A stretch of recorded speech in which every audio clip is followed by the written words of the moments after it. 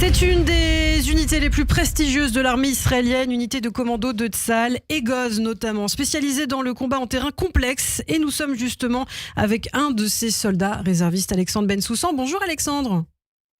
Bonjour Ilana. Merci beaucoup d'être avec nous ce matin sur Radio J. Vous êtes donc réserviste de l'armée israélienne. Vous avez fait votre alia déjà il y a plusieurs années et vous avez donc été naturellement appelé après le 7 octobre et les massacres du Hamas. Vous êtes resté 47 jours au total dans la bande de Gaza. Aujourd'hui, vous en êtes sorti, mais vous n'avez pas été totalement démobilisé. Vous allez un petit peu nous expliquer. D'abord, comment ça va ce matin? Quel est votre état d'esprit? Et est-ce que tout le monde va bien aussi au sein de votre unité?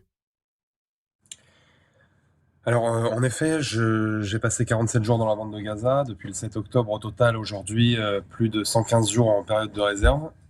Et il est vrai que nous n'avons pas été entièrement démobilisés, puisque la décision de Tzahal aux sorties de la bande de Gaza, ça a été en fait de nous laisser ranger notre équipement et de nous laisser partir en fait chez nous momentanément avec justement une date de retour potentielle qui est située en fonction des différentes unités autour de entre mai et novembre. Donc on a une situation qui est quand même assez atypique, puisque la plupart du temps, lorsqu'on part en période de réserve, on rend notre équipement à la fin. Là, il s'agit juste de le ranger dans l'éventualité en fait d'une suite. D'accord. Alors votre état d'esprit ce matin, quel est-il? Est-ce que vous êtes suivi aussi psychologiquement? On sait que vous avez peut-être un suivi encore sur plusieurs semaines. Alors, c'est vrai que la sortie de la bande de Gaza était assez complexe, puisque d'un côté, c'est vrai que on est dans un cas de guerre. C'est-à-dire qu'il faut s'imaginer la guerre avec tout ce que ça implique. Psychologiquement, c'est quelque chose qui est quand même assez pesant. C'est vrai que physiquement et mentalement, ça fait quand même du bien de sortir pour une période qui est un petit peu plus longue que des simples petites afters de 48 heures. En revanche, c'est vrai que le ressenti qui est assez répandu chez la plupart des combattants, c'est le fait d'être sorti avec un sentiment quand même de ne pas avoir fini, avec le sentiment en fait qu'on n'arrive pas forcément à voir l'issue, la finalité de cette guerre en fait à Gaza. Oui, c'est vrai. Donc, Oui. C'est vrai que pour l'instant, les objectifs n'ont pas été remplis. Tous les otages ne sont pas rentrés à la maison. Le Hamas n'est toujours pas entièrement détruit, comme l'a promis Benyamin Netanyahou. Pour vous, vous ne comprenez pas cette décision, c'est ce que vous nous dites aujourd'hui? Absolument. Enfin, du moins, je vous avoue que ce frein qui est quand même assez conséquent en plein milieu de la guerre me paraît quand même assez problématique. Ça jette un voile, ça jette un flou en fait sur la finalité de la mission qui laisse beaucoup de réservistes et beaucoup en fait de personnes et de la scène politique et de civils perplexes quant à la suite. Quelle a été votre Oui. mission, Alexandre, ou vos missions sur le terrain, justement, pendant ces 47 jours, puisqu'on sait que beaucoup d'entre vous n'ont pas pu avoir accès, par exemple, au téléphone portable pendant des jours pour des questions de sécurité, hein. Alors bien évidemment, oui, c'est vrai que pendant toute la période dans la bande de Gaza, nous n'avions pas de téléphone portable. C'est pas le cas de tous. Il y a certaines personnes qui sont donc en mission d'attaque, certaines personnes qui sont en mission de défense. Ça dépend d'où on se situe dans la bande de Gaza. Nous, on a reçu 2 missions en fait en particulier. La première mission était une mission d'attaque, c'était de pousser l'offensive. Donc avec tout ce que ça implique, de pousser l'offensive en fait dans les camps du centre de la bande de Gaza. C'est-à-dire de faire du repérage, de trouver en fait tous les tunnels, d'éliminer tous les terroristes qui s'y trouvaient, et ainsi en fait de pouvoir éliminer toutes les infrastructures terroristes, en l'occurrence les points qui permettent de tirer des roquettes. Et dans un deuxième temps, dans la bande de Gaza, notre mission a été d'établir le nouveau corridor humanitaire qui se situe à côté de la mer. Donc ça a été dans les dernières semaines. Alors, vous dites aujourd'hui, finalement, les missions ne sont pas totalement remplies. Comment ça se passe sur le terrain en ce moment? Est-ce que vous avez eu des échos? Qu'est-ce qu'il reste à faire, en réalité, dans la bande de Gaza? Alors ça, Ilana, c'est une très bonne question. Ça se divise plus en fait en zones géographiques. C'est-à-dire qu'en fait, le nord de la bande de Gaza a été, on va dire, nettoyé d'une part quand même conséquente de sa présence terroriste.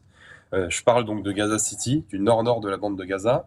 Les camps du centre, il y reste toujours un travail qui est quand même pas conséquent, mais il y reste quand même en fait du travail. Et Khan Younes, qui est quand même le bastion du Hamas, est quasiment conquis. Il reste donc le sud-sud de la bande de Gaza. Et vous savez, il reste toujours des poches terroristes, puisque aujourd'hui la guerre est menée par le Hamas. c'est vraiment l'exemple type de la guérilla. C'est-à-dire que même si la plupart des commandants du Hamas ont été tués, même si la plupart des commandants de bataillons du Hamas ont été tués, il reste quand même des petites poches terroristes qui surgissent habillés donc en civil pour tirer un RPG, pour tirer en fait avec des armes de précision, pour commettre un attentat et fuir le plus rapidement possible en fait dans les tunnels. Oui, parce que c'est vrai qu'on parle beaucoup des tunnels, mais on parle moins des sorties de tunnels. Et en fait, c'est vrai qu'il y en a énormément dans la bande de Gaza, et je crois aussi à l'intérieur même d'infrastructures civiles. Hein.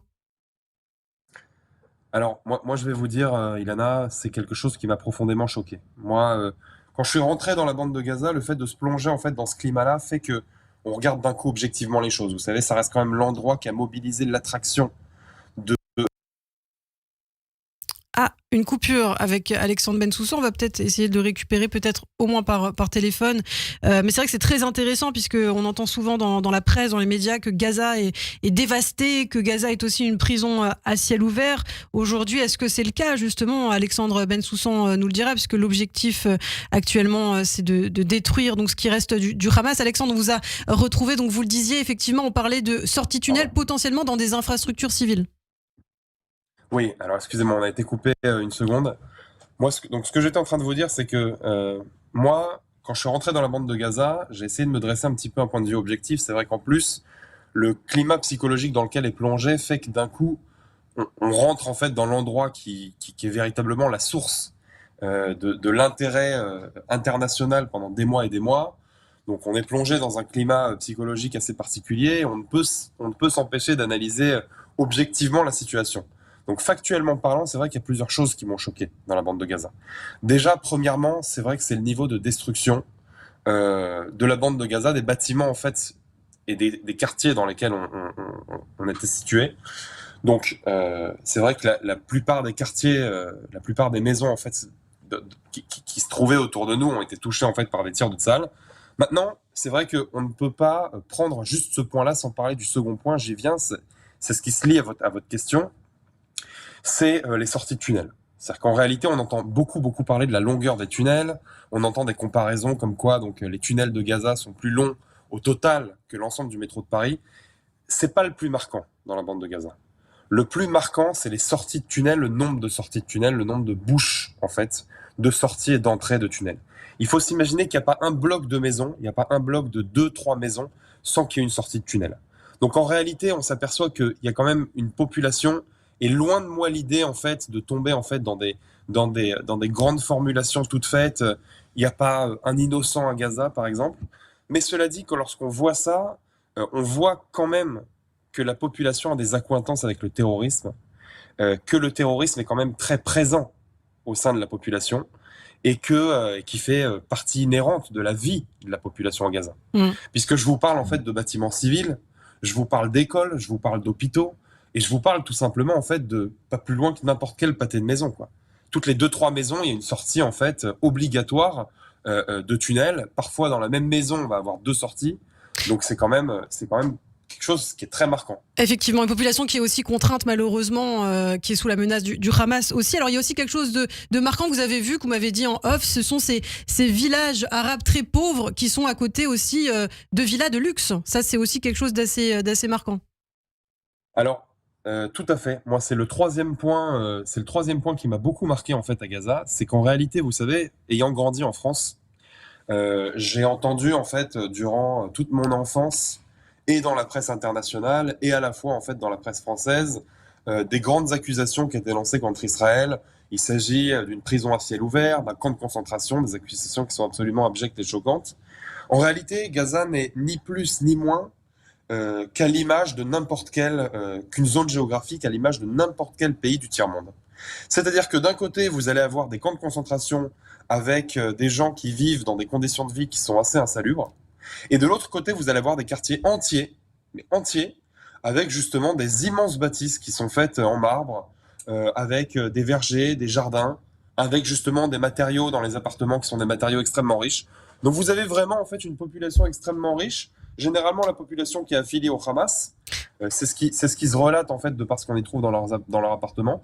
Et à côté de ça, des gens qui sont très pauvres. Eh bien, merci beaucoup. Merci Alexandre Bensoussan de l'unité Égos de Tsal. On aura bien sûr l'occasion de vous réinviter sur Radio J. Merci beaucoup en tout cas pour ce témoignage. Évidemment, beaucoup de questions, mais jamais trop le temps malheureusement de tout développer. En tout cas, on vous retrouve très bientôt sur Radio J. Merci beaucoup.